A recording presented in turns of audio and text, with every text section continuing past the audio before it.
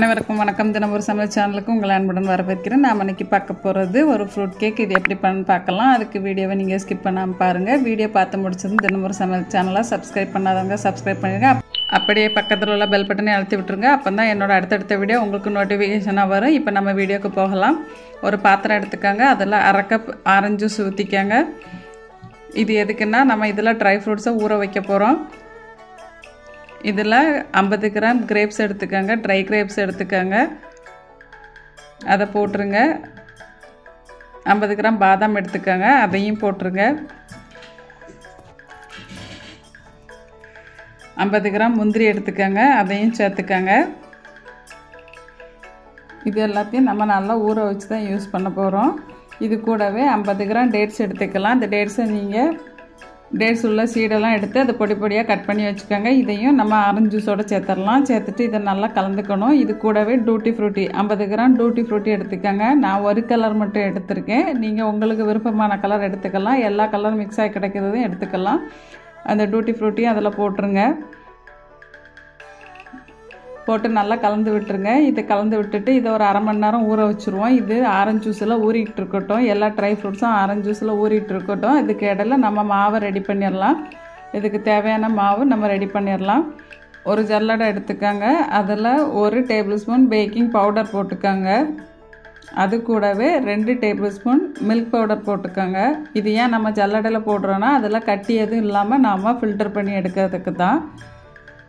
இது கூடவே 1.5 கப் மைதா போட்டுக்கோங்க.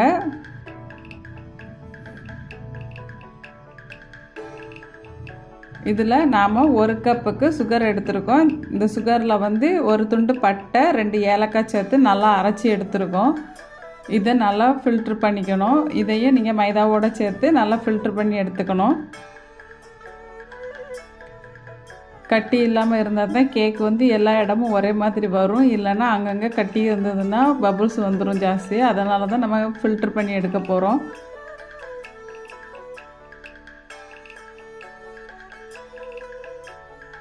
இந்த கேக் பண்ணுறது ரொம்பவே ஈஸி, ஆனால் ரொம்ப டேஸ்டியாக இருக்கும், ரொம்ப ஹெல்த்தியானதும் கூட. கீழே ஒரு பாத்திரத்தை வச்சுட்டு அதில் நீங்கள் போட்டு ஃபில்ட்ரு பண்ணிக்கோங்க. இப்போ நான் ஃபில்ட்ரு பண்ணி எடுத்தாச்சு. இதில் ஒரு 75 கிராம் பட்டர் சேர்த்துக்கோங்க. நீங்கள் எண்ணெய் விடதா இருந்தால் 75 ml விட்டுக்கோங்க. நான் பட்டர் இருந்ததால் பட்டர் சேர்த்துருக்கேன். பட்டர் இல்லைன்னா எண்ணெய் போட்டுக்கலாம், ஒன்றும் ப்ராப்ளம் இல்லை. ரெண்டும் சேமாக தான் வரும். இதை நல்லா மிக்ஸ் பண்ணி விட்டுறணும். பட்டர் வந்து முழுசாக இருக்கக்கூடாது, ஃபுல்லாக மிக்ஸ் ஆகிடணும்.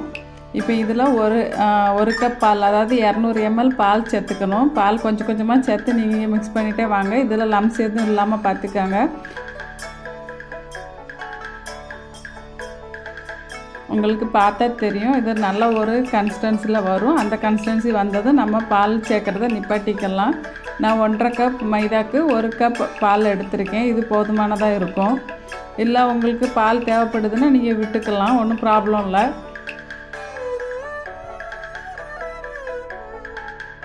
இப்போ நம்மளோட கேக் பேட்டர் நல்லா கலந்தாச்சு. இப்போ நாம் வந்து இதுக்கு கேரமல் பண்ண போகிறோம். 4 டேபிள் ஸ்பூன் சுகர் எடுத்துக்கோங்க. அது வெறும் வானலியில் போட்டு நல்லா ஃப்ரை பண்ணுங்கள். தீயை சிம்மில் வச்சுக்கோங்க, ஃபுல்லாக வைக்காதீங்க. தீயை சிம்மில் வச்சுட்டு நல்லா ஃப்ரை பண்ணும்போது சுகர் நல்லா மெல்ட் ஆகி ப்ரௌன் கலருக்கு மாறும். ஏன் கேரமல் பண்ணுறோன்னா இந்த கேக்குக்கு கலர் கொடுக்குறது இந்த கேரமல் தான். இப்போ பார்த்தீங்கன்னா தெரியும், சுகர் நல்லா மெல்ட் ஆகி கலர் சேஞ்ச் ஆகிட்டு வருது. நான் ரொம்ப ப்ரௌன் கலருக்கு எடுக்கலாம், ரொம்ப டார்க் ப்ரௌனாக மாற்றலாம். லைட்டாக ஆரஞ்சு ஷேட் இருக்க மாதிரி கொண்டு வந்துட்டு அதுக்கப்புறம் தண்ணி விட்டு நான் கேரமல் பண்ணி எடுத்துட்டேன். இப்போ நீங்கள் பார்த்தீங்கனாலே தெரியும். நான் ஏன் ஃபுல்லாக காட்டுறேன் அப்படின்னா கொஞ்சம் கொஞ்சமாக சேஞ்ச் ஆகும்போது நல்ல கலர் சேஞ்ச் ஆகிறது உங்களுக்கு தெரியும். அதுக்காக தான் ஃபுல் வீடியோவையும் காட்டுறேன்.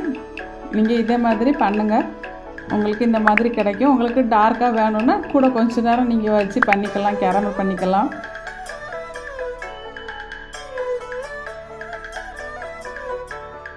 நல்ல கலர் சேஞ்ச் ஆனதும் அதில் கொஞ்சம் தண்ணி மெதுவாக ஊற்றினீங்கன்னா இந்த மாதிரி வரும். இது வந்து கட்டி தட்டிடக்கூடாது, ஃபுல்லாகவே வந்து கரைஞ்சிடணும்.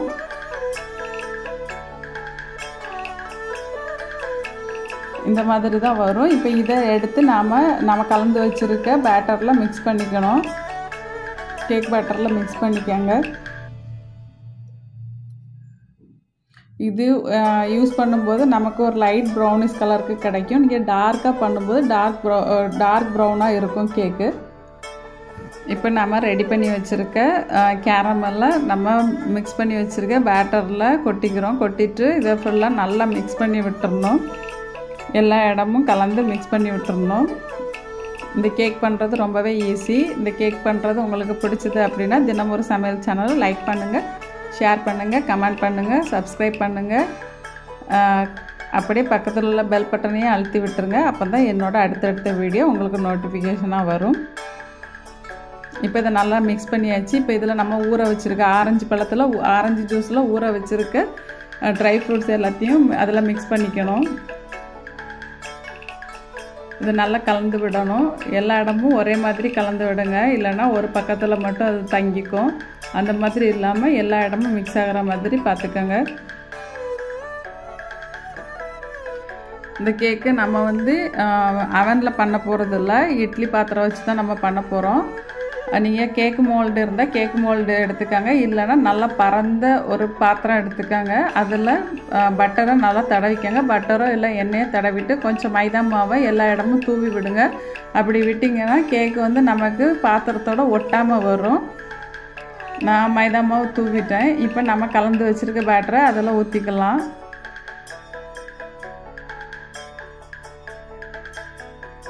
இந்த கேக்கு ரொம்பவே சாஃப்டாக வரும், டேஸ்ட்டாகவும் இருக்கும், ஹெல்த்தியாகவும் இருக்கும்.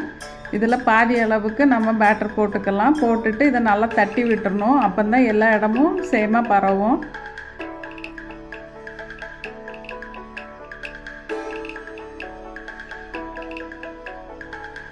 இப்போ இதை நாம் இட்லி பாத்திரத்துக்கு உள்ளே வைக்கிறதுக்கு முன்னாடி நம்ம இட்லி பாத்திரத்தை ஃப்ரீ ஹீட் பண்ணிக்கணும். இட்லி பாத்திரம் அப்படி இல்லைன்னா ஒரு குக்கர் எடுத்துக்கோங்க. அதில் கொஞ்சம் உப்பு போட்டுக்கோங்க. உப்பு போட்டுட்டு ஒரு ஸ்டாண்டோ ஏதோ வச்சுக்கோங்க. உங்கள்கிட்ட என்ன இருக்குதோ அதை வச்சுக்கோங்க. வச்சுட்டு அதுக்கு மேலே நம்ம அது நல்லா ஹீட் ஆனதுக்கு அப்புறம் தான் நம்ம வந்து கேக் மிக்ஸ் ஊற்றி வச்சுருக்க கேக் மோல்டு எடுத்து உள்ளே வைக்க போகிறோம். இந்த மாதிரி ஸ்டாண்ட் எதுவும் இருந்ததுன்னா வச்சுக்கோங்க. வச்சுட்டு அதுக்கு மேலே கேக் மிக்ஸை நீங்கள் வச்சுருங்க. வச்சுட்டு ஒரு 35 மினிட்ஸ் அப்படியே விட்டுருங்க. உங்களுக்கு சப்போஸ் உங்களுக்கு முந்திரி பருப்பு இன்னும் போடணும், மேலே வந்து முந்திரி பருப்பு தெரியணும், இல்லை ட்ரை ஃப்ரூட்ஸு தெரியணும் அப்படின்னா நீங்கள் ஒரு 10 மினிட்ஸ் கழித்து அதை ஓப்பன் பண்ணிவிட்டு அதில் முந்திரி பருப்பு இல்லை கிஸ்மிஸோ இல்லை டூட்டி ஃப்ரூட்டி எதுனாலும் போட்டு இந்த மாதிரி போட்டு அதுக்கப்புறம் ஒரு 25 மினிட்ஸ் அப்படியே மூடி வச்சுருங்க. அடிக்கடி திறந்து பார்க்காதீங்க. திறந்து பார்த்தீங்கன்னா டைம் எடுக்கும். இப்போ நான் இன்னொரு கேக்கும் பண்ணியிருக்கேன், அதையும் நான் உள்ளே வச்சுருக்கேன். இதையும் 35 மினிட்ஸ் தான் நான் வைக்கிறேன். இப்போ நம்மளோட கேக்கு ரெடி ஆயிடுச்சு.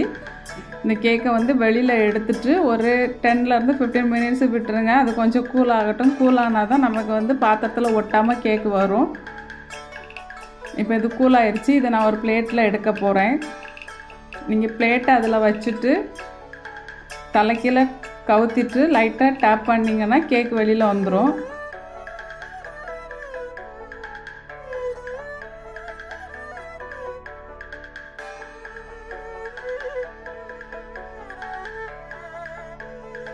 இப்போ பாருங்கள், நான் கவுத்திட்டேன். இப்போ வந்து கீழே வச்சுட்டு லைட்டாக டேப் பண்ணும்போது நம்மளோட கேக் வந்து வெளியில் வந்துடும்.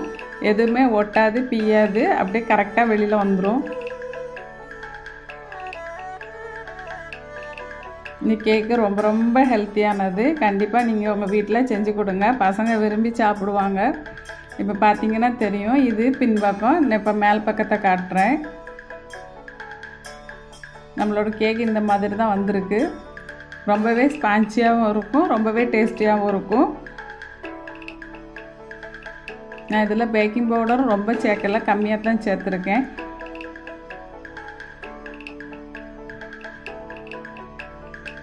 இப்போ இதை நம்ம கட் பண்ணி பார்க்கலாம். இந்த கேக் எப்படி இருக்குது, எவ்வளோ ஸ்பான்ச்சியாக இருக்குங்கிறது தெரியும்.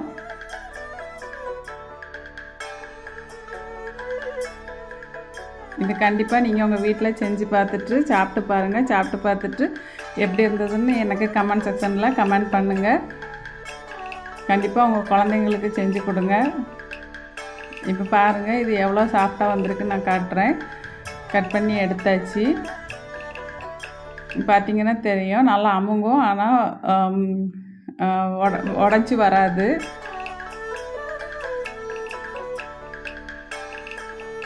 உங்களுக்கு என்னோடய சமையல் பிடிச்சிருந்ததுன்னா தினம் ஒரு சமையல் சேனலை லைக் பண்ணுங்கள், ஷேர் பண்ணுங்கள், கமெண்ட் பண்ணுங்கள், சப்ஸ்கிரைப் பண்ணுங்கள். அப்படி பக்கத்தில் உள்ள பெல் பட்டனை அழுத்தி விட்டுருங்க. தேங்க்யூ ஃபார் வாட்சிங்.